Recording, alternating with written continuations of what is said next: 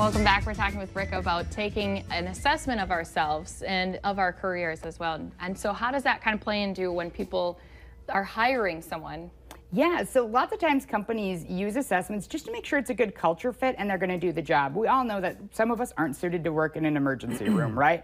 And some of us aren't suited to work in a manufacturing facility. And so there's different things where your inherent way of being might not be a fit for a job. So even though it might sound good and you might be skilled, you're going to be miserable. And that's a big part of it, is really learning how to identify what works for me and where am I going to thrive, because we've all had jobs that we just don't fit at, right? We've all gone in and be like, ooh, I wish I hadn't accepted this job, right? But what we want to do is set ourselves up for success so we know the culture and we're going to get there and it's going to feel good and we're going to be doing work that we feel engaged, challenged, and rewarded at.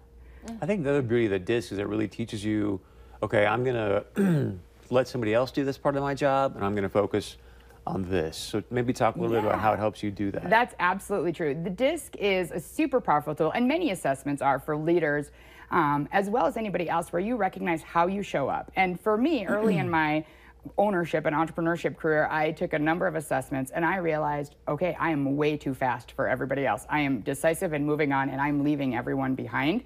And it didn't occur to me how disruptive that is to your team. And so I was able to sort of, okay, some of these just need to stay in my head for a while. And obviously I had a key employee who also pointed out, like, just keep it to yourself for a while till we're sure. But I think it's one of those things where you learn how you show up, where some of us are really direct and our feelings don't get hurt easily, so we're very abrasive, and we don't realize that to people who are not wired like that, we're hurting their feelings regularly, and that's certainly not our intent. So when we learn how we show up, we can decide to make changes, and we can be more cognizant of how it's occurring. The coolest thing, I think, is recognizing how other people are wired, right? So I'm a high D, my husband is a high S. We don't come at problems the same way at all. Okay, so now I get where he's coming at it from, and it's easier for me to understand and see value in it because I can appreciate what's good about that approach. Wow. And you said, too, another thing is a lot of people have the question of, okay, I'm putting my resume out there, I'm applying for these jobs, why am I not getting it back? Is it because they don't have something like the DISC to back them up? Yeah.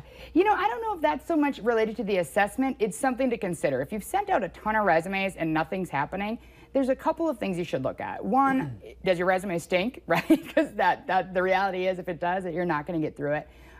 If for big corporations, it's done by software. So if you don't have the right keywords, you're going to get moved to the no pile before a human ever looks at your resume.